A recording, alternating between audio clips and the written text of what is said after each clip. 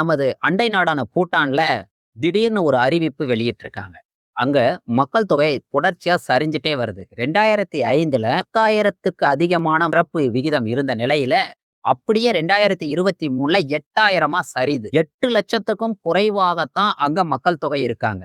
அப்ப இந்த மக்கள் தொகைய அதிகப்படுத்தணும். இளைஞர்கள வேலை வாய்ப்புக்கு ஏற்ற நிலையில தயார்படுத்தணும்னு யோசிக்கிறாங்க.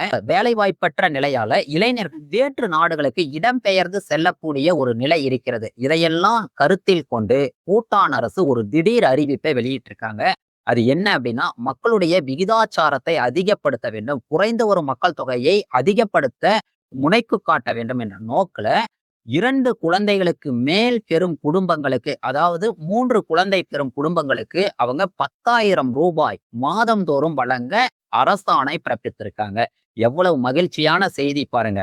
ஒரு குழந்தைக்கு ஒரு குடும்பத்திற்கு ஒரு மாதத்திற்கு ரூ. 10,000 அப்படின்னா ஆண்டுக்கு ரூ. 1,20,000 அந்த குடும்பத்திற்கு கிடைக்கும். இது தொடர்ச்சியாக அந்த குழந்தை 3 ஆண்டுகள் வரை அந்த நிதி வழங்கப்படுறதுனால ரூ. 3,60,000 நேரடியாக அந்த குழந்தைகளின் வங்கி கணக்கிலே வரவு வைக்கப்படுவதற்கான நடைமுறைகளை பூட்டான் அரசு அறிவிக்கிறது. இந்த மகிழ்ச்சியான செய்தி அந்த மக்களுக்கு நிச்சயமாகவே இனிப்பாக இருக்கும். இது எந்த அளவுக்கு அந்த மக்கள் தொகை விகிதத்தை அதிகப்படுத்தும் என்பதை நாம் பொறுத்திருந்து பார்ப்போம். இப்படிப்பட்ட அருமையான செய்திகளை நீங்கள் தொடர்ந்து பார்க்கணும்னா ஆலம் லைஃப் யூடியூப் சேனலை சப்ஸ்கிரைப் பண்ணுங்க, ஃபாலோ பண்ணுங்க. இந்த வீடியோ உங்களுக்கு பிடித்திருந்தா லைக் பண்ணுங்க, ஷேர் பண்ணுங்க.